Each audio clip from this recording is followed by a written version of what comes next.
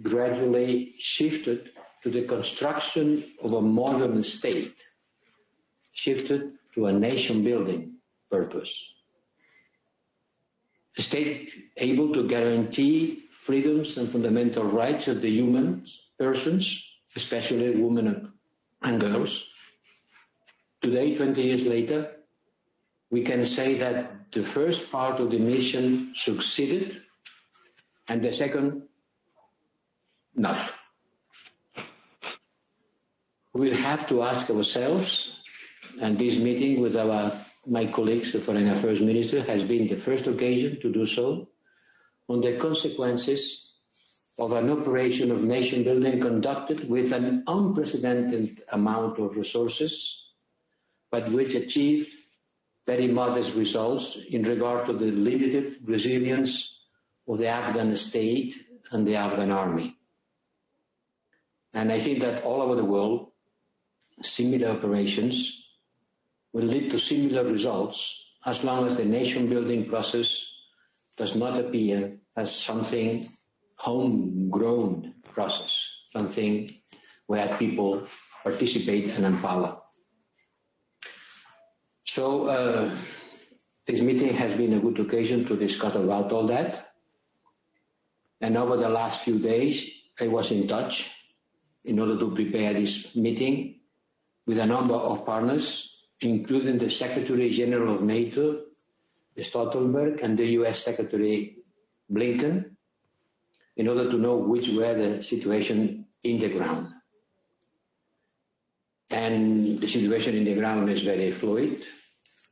It's becoming at a certain moment dangerous for the people who have been working and supporting our work, Afghanistan people.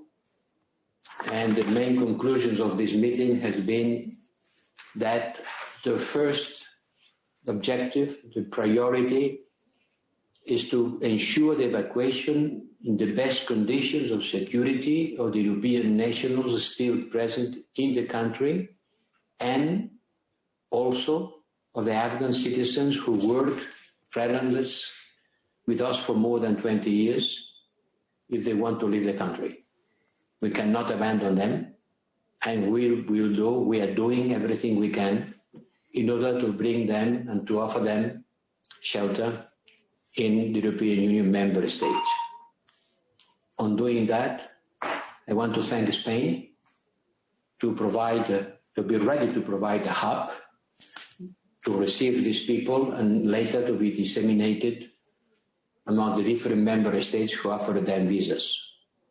Also, we want to thank Italy for offering air bridge facilities, France for providing military security on the ground, and all member states for allowing the visa required for almost 400 people and their families who have been working on support of our delegation and our missions in Afghanistan. The work is in process. We are very much aware of the difficulties. I coordinated yesterday with Secretary of State Blinken. I informed my colleagues today. And our engagement is to continue working in order to do everything we can in order to take these people out of Afghanistan. Not only them, also a lot of people from the civil society, journalists, intellectuals, media, that also can be afraid of the new situation. Second, we have to ensure that the new political situation created in Afghanistan by the return of the Taliban does not lead to a large-scale migratory movement towards Europe. And we need to coordinate between the European Union member states and the transit countries. It will be high in our agenda, and we will have to support the transit and neighbors countries of Afghanistan. And third, we'll have to get in touch with the authorities in Kabul. The authorities in Kabul, wherever they are. The Taliban have won the war. So we will have to talk with them in order to engage in a dialogue as soon as necessary to prevent a humanitarian and a potential migratory disaster, but also a humanitarian crisis. This dialogue will also have to focus on the means to prevent the return of foreign terrorist presence in Afghanistan, something that certainly is also very high in our agenda. We will deal with the Afghan authorities such as they are, at the same time remaining naturally vigilant on the respect of international obligations accepted by the different Afghan governments for more than 50 years. And certainly, very high in our concern, the situation of the women and girls, the rights of a human being, but especially of women and girls. So we have to organize a safe and orderly departure of foreign nationals and Afghans. For that, the functioning of the Kabul airport is crucial, as well as to ensure the way that these people could reach the airport. We have to call to the Taliban and respect their commitments when they come to civilians and their properties. Humanitarian support will continue to be available. We are afraid of the dire situation in which the Afghan people can be in the following months if there is a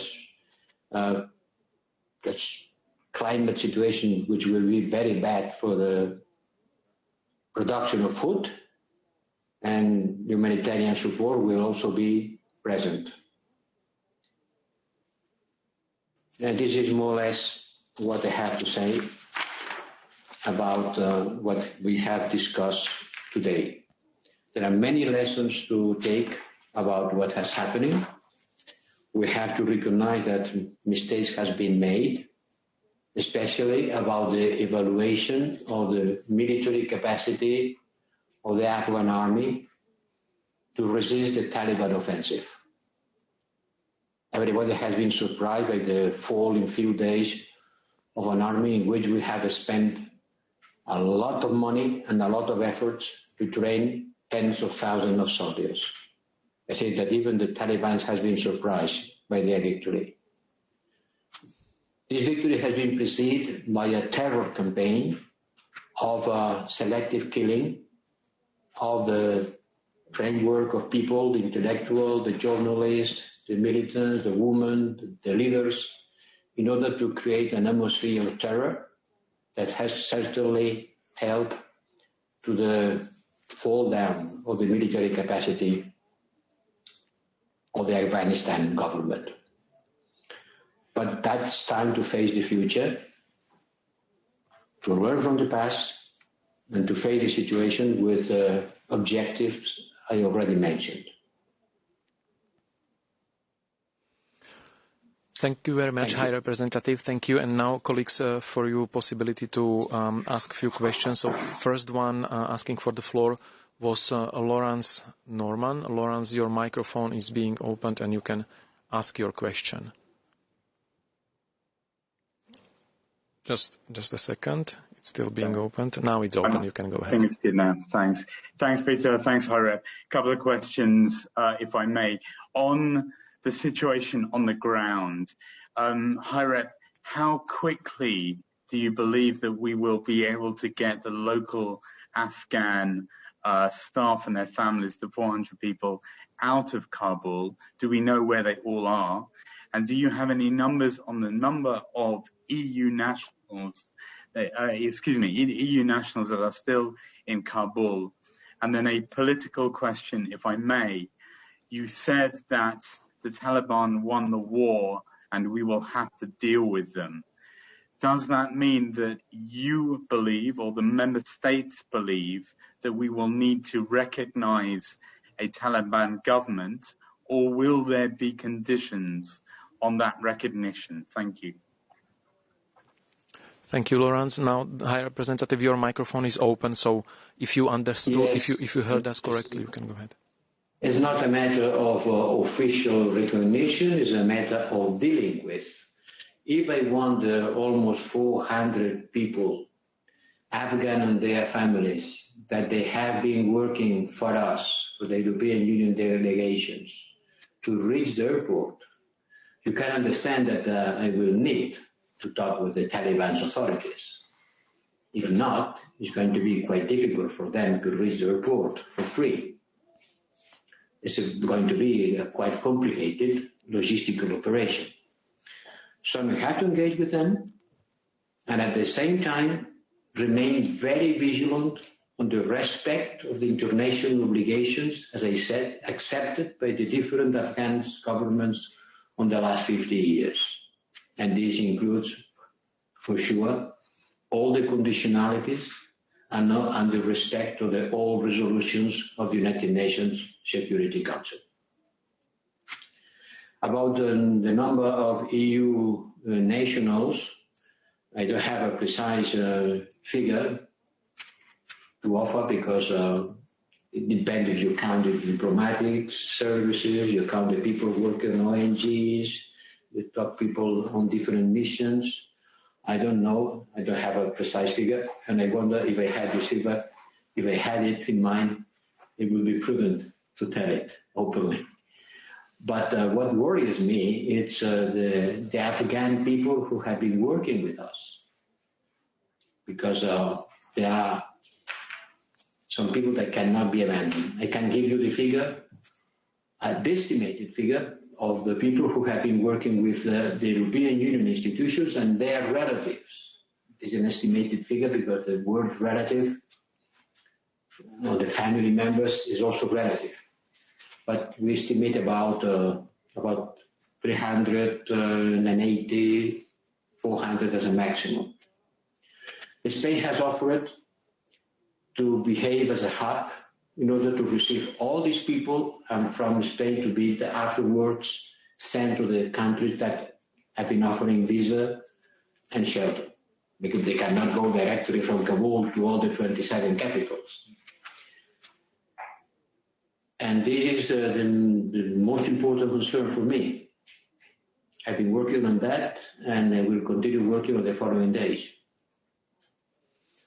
Thank you. Next question, Thomas Gutschker from Frankfurter Allgemeine Zeitung. Thomas, your microphone is open already. Thanks a lot, and good evening. My question is on funding, and it's twofold. So first of all, since the EU is the biggest international donor for the Afghan government, or at least one of the biggest, at this point, are still any payments going out of which the new authorities might profit? And the second question is, in the midterm, what should happen to these $1.2 billion to which the EU has committed last year, and which were explicitly linked to commitment for democracy, rule of law, human rights, and gender equality? Has this been discussed today? And is there an emerging consensus of ministers how to deal with that, whether this threshold needs to be lowered, or whether basically if the Taliban doesn't adapt to that, they will end up with no money? Thank you, Thomas. High Representative, over to you. Second question, you have to make a clear difference between humanitarian help and development assistance. They are two different things. Humanitarian help is needed whatever the political circumstances are. And the people in Afghanistan will need a lot of humanitarian help. As I said, Afghanistan is being threatened by climate change, and atmospheric situation will for sure diminish the crops. And if the Taliban take the women from working, for sure there will be less output in the fields. So the humanitarian help is something that has to be maintained and even increased, depending on the needs. Another thing, a completely different thing, is development help, which is not directly linked with humanitarian needs. And on that, we'll see. This is conditionality. There are conditionality. And no payments are going on to Afghanistan by now. No payments of development assistance until we clarify the situation. We have always said that this help will be according with the fulfillment of conditions. And these remain. But we'll have to see first what kind of government the Taliban are going to organize. But make the difference, please, between humanitarian help and development assistance. Humanitarian help will continue, and maybe will have to be increased. And we are there to have Afghan people. And the first question, sorry, I was so much concentrated on answering the second one that can you please repeat the first question? In fact, you answered both questions, but I was interested in knowing whether there's an emerging consensus among member states about what we need to expect of the next Afghan government. What are the conditions, not just for recognition, but for further support? Did you discuss that? Yes, well, the meeting has lasted just 2 hours, and we will continue discussing it on the next image. But we insisted on the idea that we have always said, conditionality related with the respect of human rights and the Security Council resolutions. We don't have to invent anything. It's there. Security Council resolutions and human rights. Depending on the respect of these principles, we use our leverage from the point of view of development, aid, and partnership. But once again, I want to make a difference with humanitarian help. And yes, we have been talking about it, and by the time being, no payments are going to be on the side of development aid from the European Union. But you know, the member states have their own policy, their own. In the case of Ethiopia, allow me to remind it, we decided to stop our development aid, and not all member states decided to do the same thing. But in the case of Afghanistan, I think, I suppose, I expect, I hope that we will be acting in a more coordinated way. Thank you. Next question, Jacopo Barigazzi from Politico. Jacopo, your microphone is about to be open and will be open any second. It's open. Jacopo, you can go ahead. Thanks. Thanks, Peter, and thanks, IREP. I have a question on the geopolitical implications of all of this. Whether you are concerned that the outcome will be that China will have a stronger role there in that part of Asia. And the second question is that I don't know whether during the BTC you had the chance to watch I don't think so, but let's try, the presser of the Taliban. And it was an hour-long presser, and they tried to describe themselves as more moderate, as different from the Taliban of 20 years ago. So here my question is, are you already in touch with the Taliban? Are you discussing with them? And do you think that it's credible that the Taliban of today are different from the Taliban of 20 years ago? Thanks again. Thank you, Jacopo. High Representative. Look, two very different questions. First, these developments, for sure, they are going to have a wide-ranging impact on regional and international security. That's why we have to work closely with the US. But at the same time, I think that what has happened shows that Europe needs to develop this famous strategic autonomy in order to be ready to face challenges that affect us directly. But we have to cooperate strongly with the US, and we have to be more active with partners in the region, notably with Central Asian countries, which suddenly appears as geostrategic. I was in Tashkent some weeks ago. I had the opportunity to talk with the President of Afghanistan and also the Prime Minister of Pakistan. These countries will become strategic for us. but also with key actors, not least Turkey, Iran, Pakistan, and India, and China, and Russia. So our engagement with these countries will have to increase. And it will be equally important to maintain the situation under the purview of the United Nations Security Council.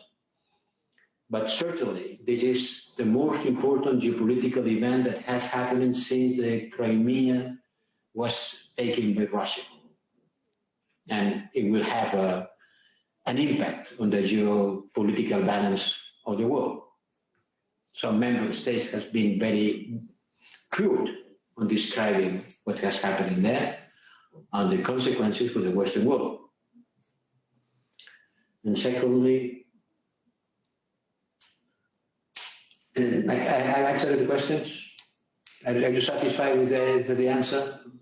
Yes, no, the second question was on the Taliban, because they now try to portray themselves as different from the past.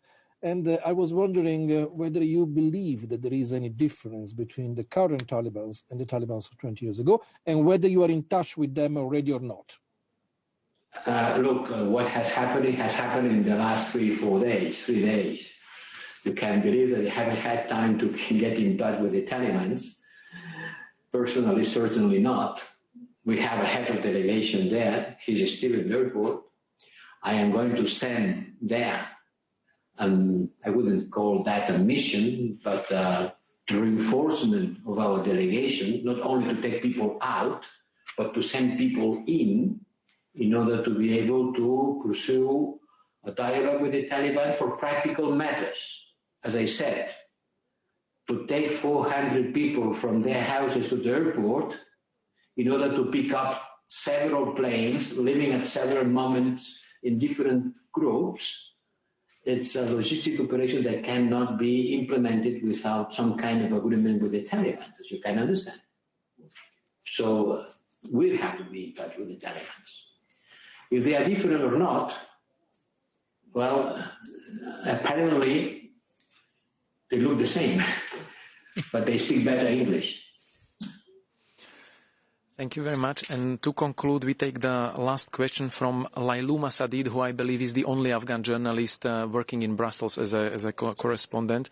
So, Lailuma, you have the possibility to ask last question of this press conference, and your microphone will be opened any second. I see it's open now, so you can ask your question, Lailuma. Thank you very much. Finally, I got a chance to ask my questions since many times trying to have in touch and ask questions about Afghanistan. As you know, the security situation in Afghanistan, it is really something unacceptable. I don't understand why always the Western countries and the European Union trying to do the same mistakes.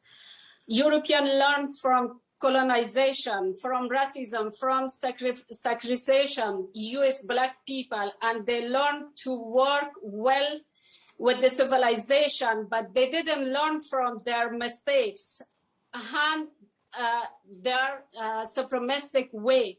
I don't understand why the European Union is always trying to go the same wrong policy of President Trump that did in Afghanistan, and they destroyed the country.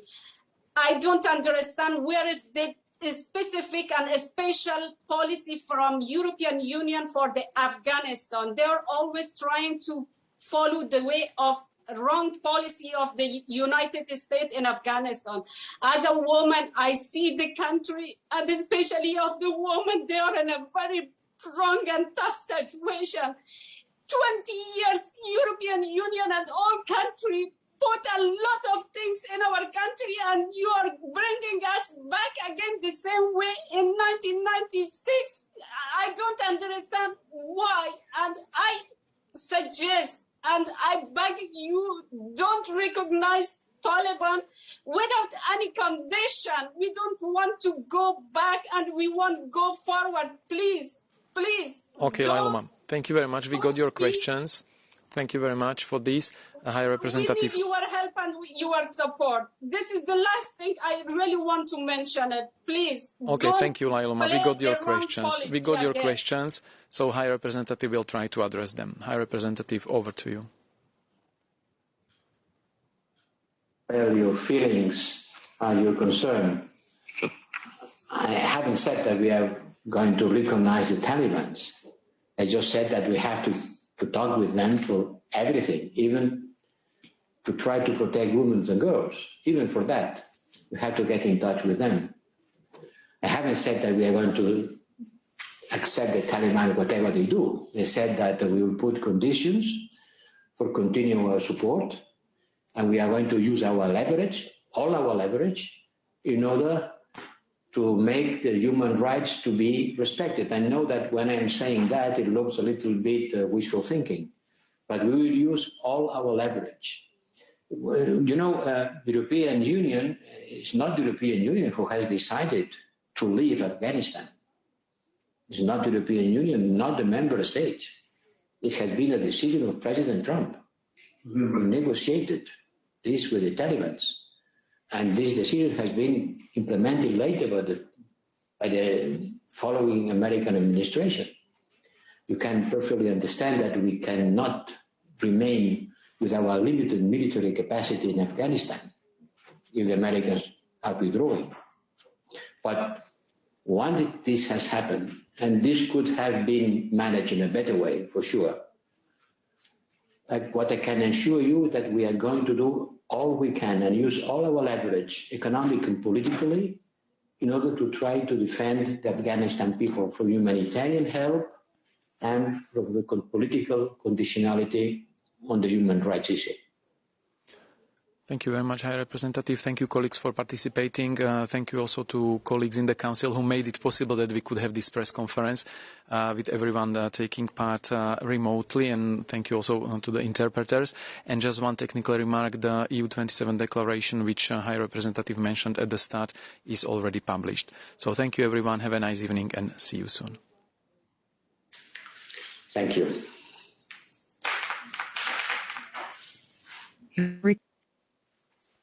Thank you, everyone. Merci beaucoup.